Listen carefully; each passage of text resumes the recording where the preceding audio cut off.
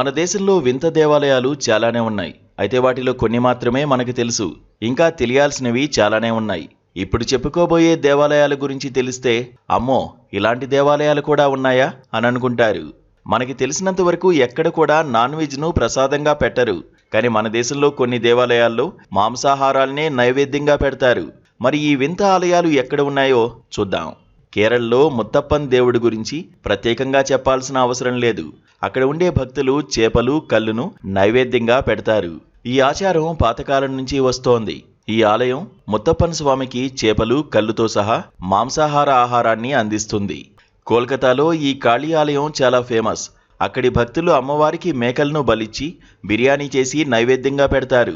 ఈ ఆచారం ఎప్పటినుంచో ఆనవాయితీగా వస్తోంది. ఇక మరో దేవాలయం ఉంది.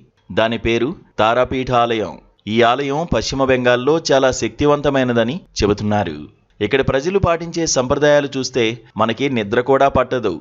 ఎందుకంటే అక్కడ ఉండే తారాదేవికి మేక మాంసం, చేపలను వండి ఆమెకు నైవేద్యంగా పెడతారు. ఈ ప్రసాదం కోసం జనాలు ఎగబడి మరీ అక్కడికి వెళ్తారు.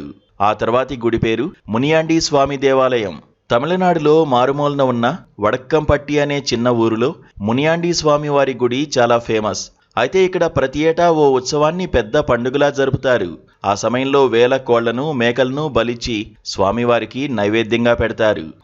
అటుపై కామాఖ్య ఆలయం. అస్సాంలో అంబుబాచి మేళా సమయంలో ఆలయంలో మేక మాంసం, చేప చట్నీ ప్రసాదంగా అందించబడతాయి.